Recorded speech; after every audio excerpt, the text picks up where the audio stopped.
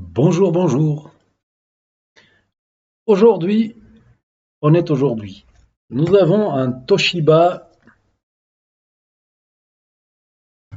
Ultra Inspired i5, i7, écran tactile. Voilà. Comment est-ce qu'il réagit? Étrangement. Nous avons l'alimentation.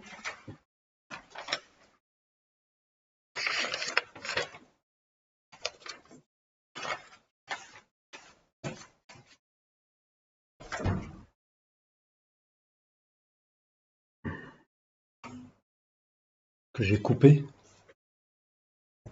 Alors, nous avons l'alimentation. Combien d'ampères? Un peu.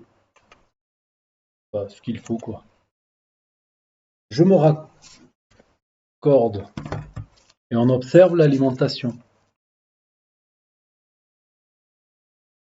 Petite réaction qui pourrait correspondre à l'activité de l'LDO.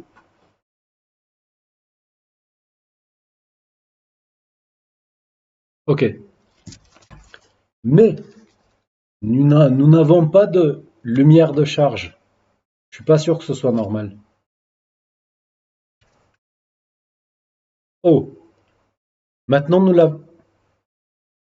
Non.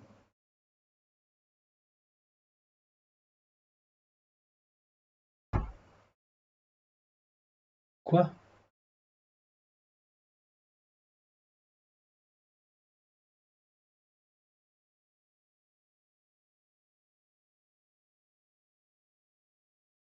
Je le bouge partout, hein, le.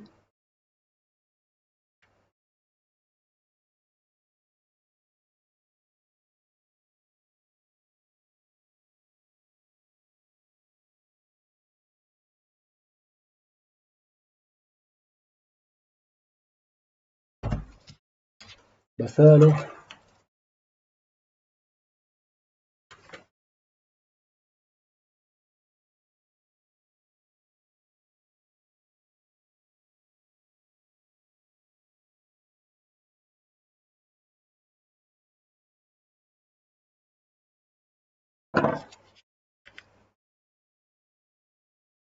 Vous voyez les deux trucs là-bas au fond? Ouais, c'est le connecteur. Je les rétrécis pour qu'il fasse un bon contact. Là, ça rentre plus.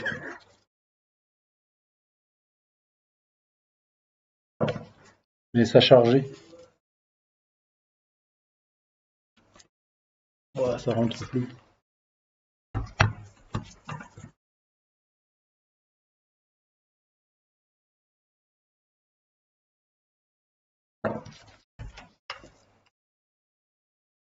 Ça y est.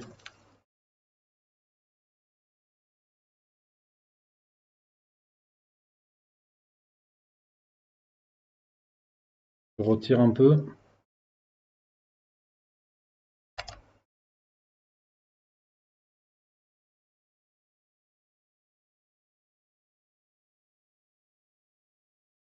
Là, on est bon. Nous avons la lumière de charge. Et ça charge. Très peu. Ok, je veux bien. Ça coupe. Et la lumière disparaît. La lumière disparaît. Je suis pas sûr que ce soit un problème de. Parce que on a de la batterie vers les 90%. Vous allez voir comment il réagit. Je démarre le PC et je vais débrancher. PC est démarré là. Ouais, là j'ai de la lumière. Et il coupe directement. Alors qu'on a de la lumière, de la batterie. Ce qui veut dire que je veux bien qu'il y ait un faux contact au niveau du connecteur. Mais pourquoi le PCI s'allume? Pourquoi il démarre? Vous allez me dire, peut-être il part sur la batterie. Ok. Et quand je débranche, alors pourquoi ça coupe? C'est pas bizarre ça? On refait. J'ai pas de lumière. Ça charge pas. J'appuie sur le bouton. J'ai la lumière. j'ai l'écran, je débranche et ça coupe directement.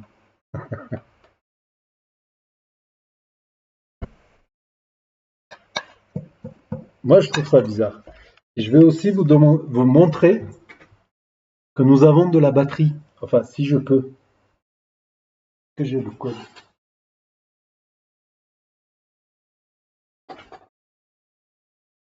Ouais, je l'ai.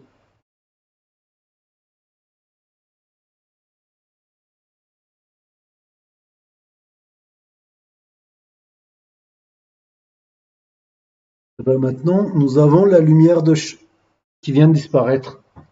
Voilà. J'ai pas touché, j'ai pas bougé au redémarrer, parce que Windows, tati. Là, on a la lumière de charge. Là, on l'a plus. Là, on l'a.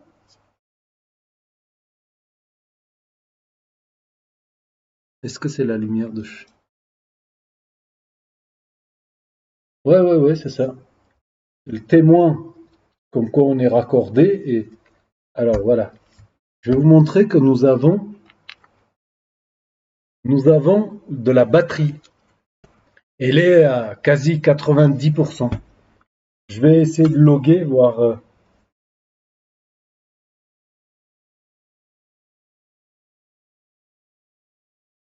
Je vais montrer le mot de passe. Euh, Pas grave, on va ouvrir une grande page comme ça, là. On va voir la batterie. Je vous montre. Batterie 95% disponible, branchée, pas en charge.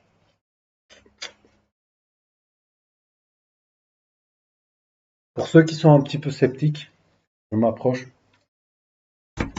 Ah oui, c'est vrai qu'il est tactile l'écran.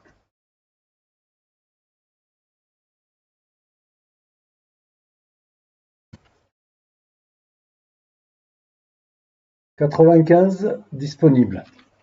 Mais si je débranche, boum, il y a tout qui coupe. Avons-nous une batterie en mauvaise santé?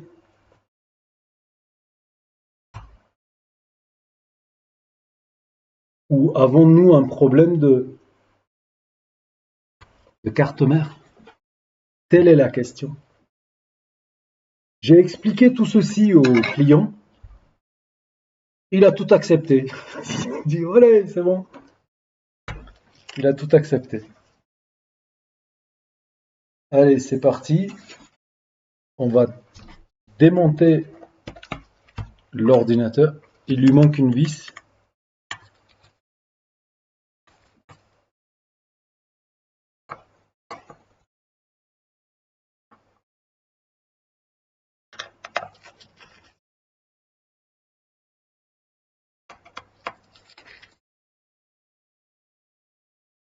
Ah, celle-ci, elle est plus longue. J'arrive.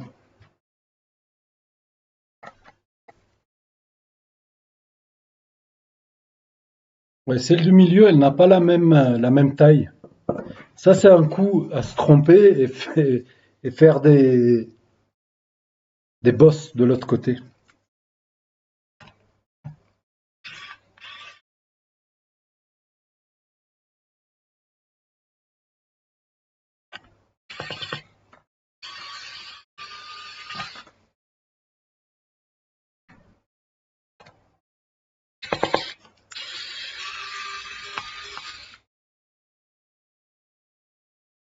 Ben quoi?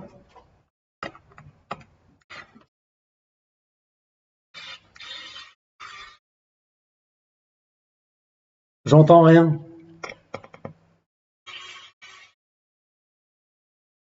Voilà, les vis ont été retirées. Maintenant, on peut ouvrir. Non, il n'est pas à moi ce tournevis. On me l'a prêté pour la vidéo.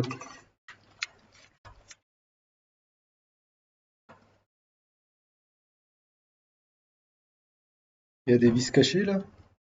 Quel côté? C'est l'arrière qui vient. Il n'y avait pas de vis cachée. Ok. Ok.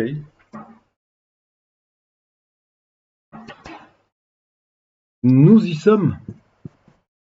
Un peu de poussière, mais rien de bien méchant. Nous allons nettoyer tout ceci.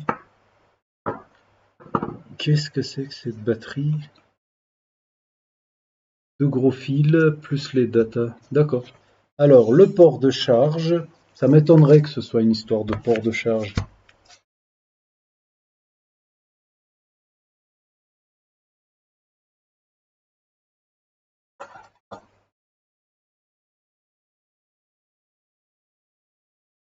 Non, c'est du costaud. C'est du costaud. Je vais premièrement débrancher la batterie. Ouais, on va faire ça.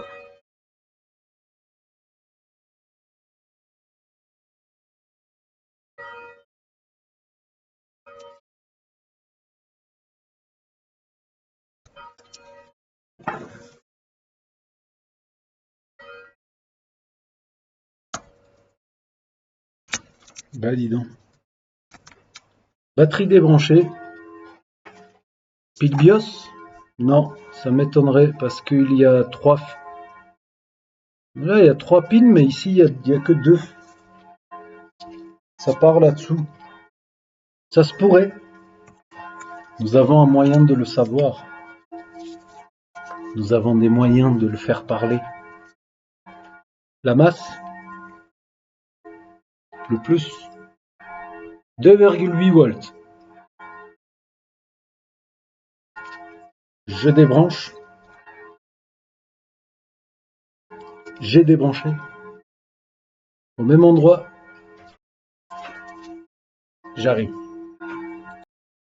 On est de retour. Donc c'est bien notre pile BIOS, car débranché, nous n'avons rien sur la carte. Ce qui veut dire que la source de l'énergie spatiale, ça vient de la pile. Ça me fait délirer les Toshiba, les fusibles des Toshiba qui ont cette forme-là. Là. Ça me fait penser au premier ordinateur que j'ai cramé et réparé, le tout premier. Ouais, on attend un peu.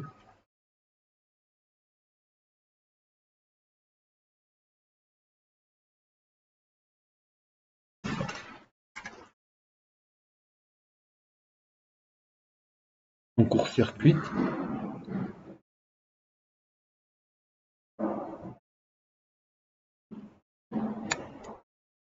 C'est fait. On rebranche.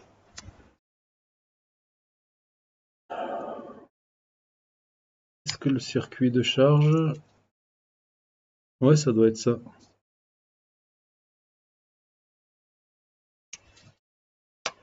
On rebranche la batterie. Batterie rebranchée. Qu'avons-nous sur la batterie?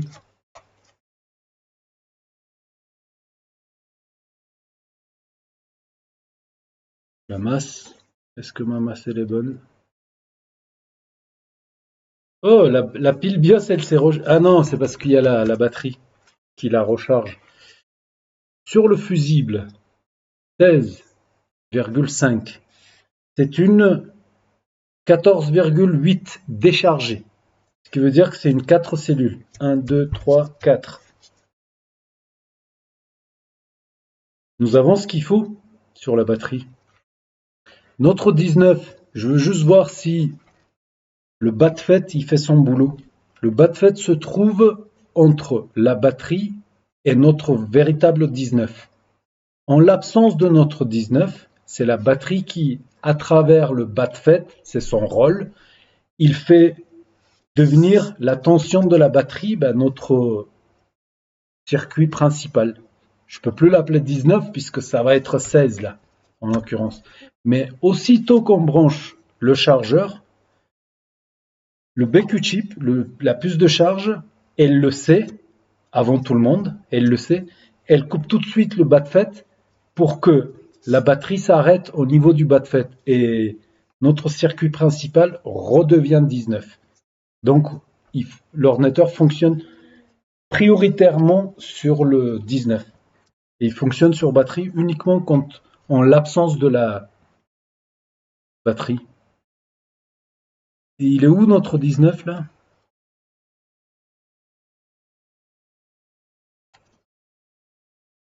Là j'ai des gros condensateurs, mais je suis pas sûr que ce soit le 19. Enfin, en l'occurrence, on cherche le 16. Donc là, je vais aller un peu à l'aveugle, mais c'est pas bien d'aller à l'aveugle. On n'a rien. Je pense qu'on aurait dû. Nous sommes au moment de montage de la vidéo. Avant ça, j'étais le metteur en scène. Et lui, il n'a pas fait son boulot et il n'a pas expliqué pourquoi nous n'avons pas de voltage à cet endroit. Parce que c'est notre circuit principal.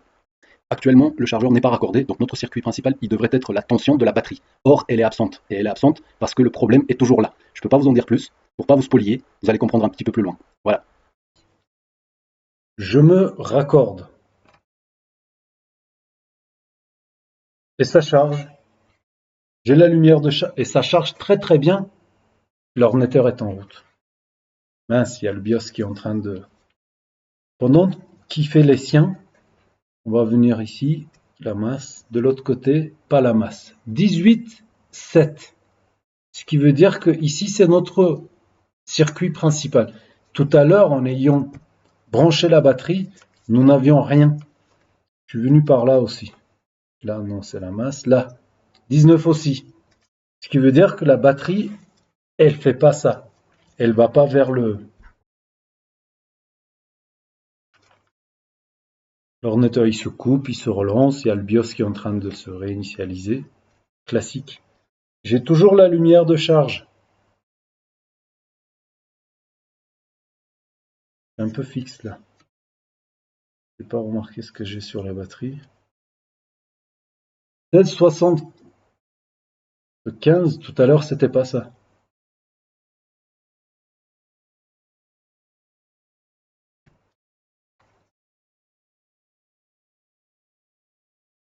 Normal. Pause, pause. On y retourne. Donc, le fusible, la batterie n'est toujours pas raccordée correctement. Voilà, je ne sais pas si ça se voit. Je suis toujours sur le fusible. Je raccorde la batterie. 16, 60 quelques. Est-ce que ça... Oui, ça monte.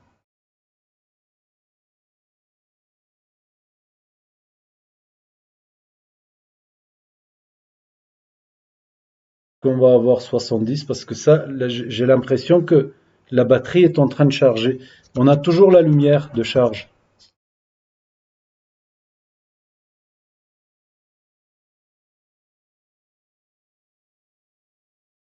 Ah, j'hésite un peu.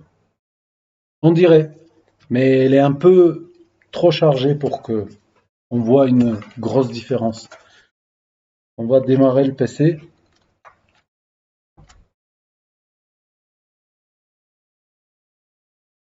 Ouais, l'ordinateur est éteint. Donc, ce qu'on voit là, ça va à la batterie.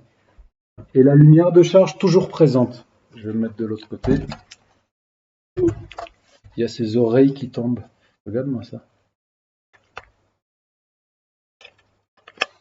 Voilà. C'était qu'une histoire de BIOS. Vous croyez? Ouais, on a toujours la lumière. J'appuie sur le bouton. Il faut que je sois dans l'autre sens. Comme ça, vous ne voyez pas l'écran. Voilà. J'appuie sur le bouton. Ça fonctionne. Je débranche. Et ça fonctionne. Hey, hey, hey, hey. Voilà, ça fonctionne. Hey, hey. RTC Batteries Low. Check System, then press F2. Voilà, F2. Je raccorde. L'ordinateur est éteint. J'ai la lumière. Et ça charge direct. Je peux bouger.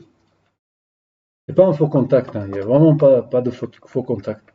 Mais au début, je ne sais pas si vous avez remarqué, ça réagissait bizarrement. On vérifie vite fait devant le client, on dit ah ouais, c'est le connecteur.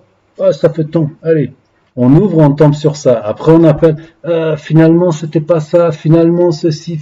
Les finalement, attention, pour ceux qui travaillent là-dedans, je veux dire. Hein. Parce que le client, on lui annonce quelque chose, on est censé savoir de quoi on parle. Si après, on rajoute des finalement, ça craint. Donc, ça charge, je débranche, j'appuie sur le bouton, et la lumière soit plus Kira. Les Toshiba, c'est dingue. Un coup, il s'appelle Dino, un coup, il s'appelle Kira. Et franchement, il n'y a pas de quoi avoir honte, quoi. Toshiba, c'est un bon nom, quand même. F2. Euh, j'ai quoi, là? Je sais pas, j'ai le numéro de série du disque dur, ce qui craint pas. Voilà, on est bon. Je vais faire un exit de là. Est-ce que le tactile il marche? Waouh, le tactile il marche dans le. Ouais, regarde. Help, Safe and Exit. Ouais, Safe and Exit, oui. Waouh, c'est dingue, hein. Les Kira, c'est.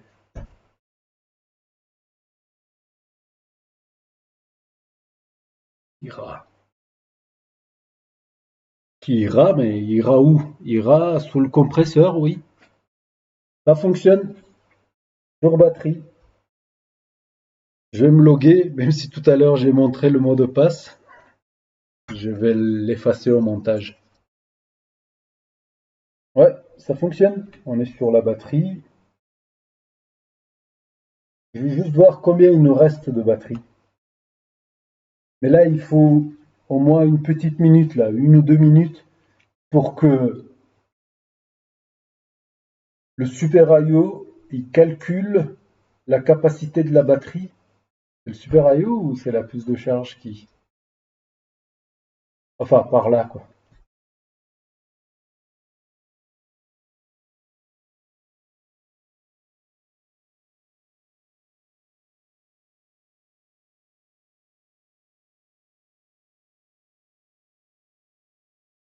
4h21 minutes.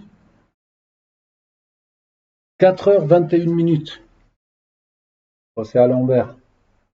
Il y a les oreilles qui tombent là. 4h21 minutes. Ce qui veut dire que la batterie est en bonne santé. Elle est en bonne santé. Voilà, ce qu'on aurait pu se dire, ouais, la batterie elle est morte, ou bien ci, ou bien ça, alors que tout simplement,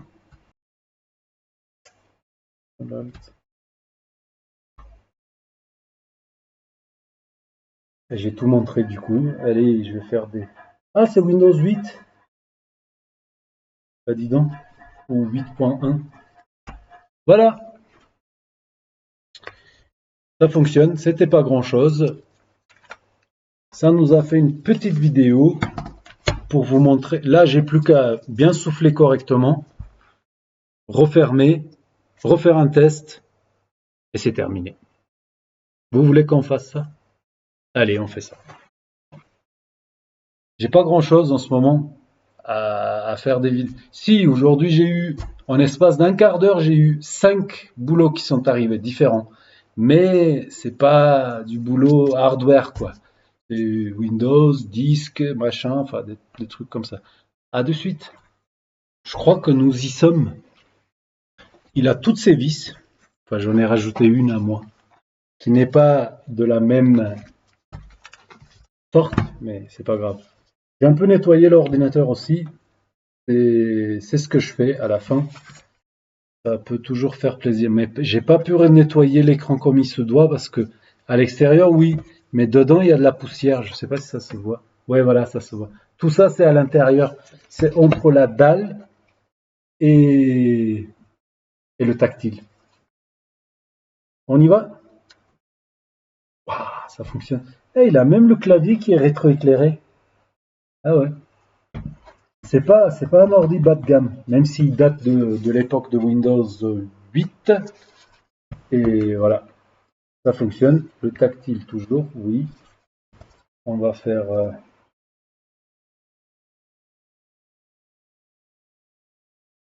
Comment on fait déjà? Ah oui, comme ça. On va loguer. Ça fonctionne très bien. La batterie, elle est à... Non, je voulais juste vous montrer que... Ah, 2h42 minutes. Alors qu'on a toujours 94%. C'est parce que lorsque le système démarre, il y a le processeur qui se met en mode turbo, on va dire, et du coup, il consomme plus. Et du coup, la batterie, vu que ça tire, bah, il y a la consommation la durée qui baisse. 2h42 minutes, toujours. Et sinon, ça fonctionne très bien. Voilà. On va éteindre l'ordinateur, faire un dernier test. Mettre en veille, j'ai mis, punaise, sors de là. Arrêtez, arrêtez quand même. Arrêt en cours. Et c'est arrêté. Ça y est, c'est arrêté. Je me raccorde. L'alimentation.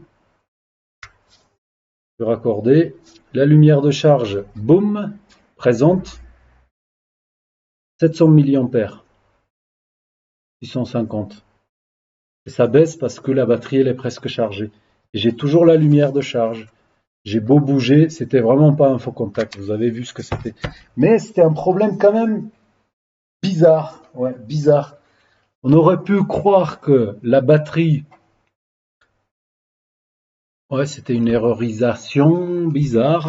La batterie qui est en panne. Elle montre qu'elle a de la tension, mais elle ne délivre rien, ce qui veut dire que c'est pas accompagné des ampères et tout ça, peut-être. Le Super IO, il s'en rend compte. Boum, il coupe, il dit, toi, va jouer aux billes. Et sinon, ça aurait pu être le BQ chip qui fait fonctionner l'ordinateur tout à fait pas, la puce de charge, tout à fait l'ordinateur sur le 19, mais il veut pas charger la batterie parce que il lui manque par exemple Regen, enfin il lui manque quelque chose. C'était pas ça non plus. Voilà. La batterie était chargée, reconnue en tant que chargée, mais dès qu'on débranchait, boum, ça coupait. Voilà. Vous étiez là, vous avez tout vu. Voilà. Ça fait beaucoup de voilà, tout ça. Je crois que c'est terminé pour cette vidéo. Je vais en profiter pour répondre à un commentaire. Fred, il m'a mis un commentaire tout à l'heure. Je préfère y répondre sur une vidéo plutôt que sur au commentaire parce que c'est un peu voilà. Je crois que j'ai pas très bien compris son commentaire. Je vais le lire à tout le monde parce que là, ça fait beaucoup d'oreilles. Ça vaut toujours mieux qu'une seule. J'ai un ordi Acer 5733. Je me rappelle ces modèles-là de l'époque. Aspire à réparer avec un court-circuit sur toute la carte qui me ramène sur le chipset et le processeur. Chipset et le processeur. Déjà à l'époque, je crois qu'ils étaient séparés. Ok. Mais les deux en même temps, bref. Ok. J'ai démonté le chipset, plus de court-circuit. Donc c'est sûr que le chipset il est mort, c'est ce que j'ai cru comprendre. Le problème, dois-je faire un rhabillage ou en commander un nouveau en plus du processeur? Ce qui veut dire qu'il a l'intention de remplacer quoi qu'il en soit le processeur et il se demande s'il doit remplacer en plus de ça le chips. Non, c'est pas ça. Je relis. Dois-je faire un rhabillage ou en commander un nouveau en plus du processeur? Donc, t'as beau refaire les soudures, le ressouder, je pense que tu risques d'avoir le même problème. Et il veut mon avis, mais mon avis, je ne sais pas, Fred, je ne sais pas. Il est impossible de trouver un chipset ou bien un processeur tout neuf. Impossible. Impossible. Ça n'existe pas puisque que ce soit Intel ou AMD non plus, ils ne vendent pas des pièces détachées. Donc, il est impossible de trouver ces composants neufs. Impossible. Donc, tout ce que tu vas avoir, c'est une puce qui a déjà servi, qui a été dessoudée, mais de quelle façon? Donc tout dépend de chez qui tu vas acheter les puces ou la puce. Je sais pas quoi te dire d'autre. Voilà. Fais comme tu le sens. Mais ne crois pas que tu auras des puces neuves. Ça, c'est impossible. Ça n'existe pas. Sauf peut-être si tu connais Monsieur Intel en direct, tu l'appelles, hey, vas-y, envoie un peu des puces là. 9, je veux 9. Là, c'est possible. Voilà. Je vous dis merci d'avoir regardé. Un petit like si ça vous dit. Et à bientôt sur d'autres vidéos. Ciao!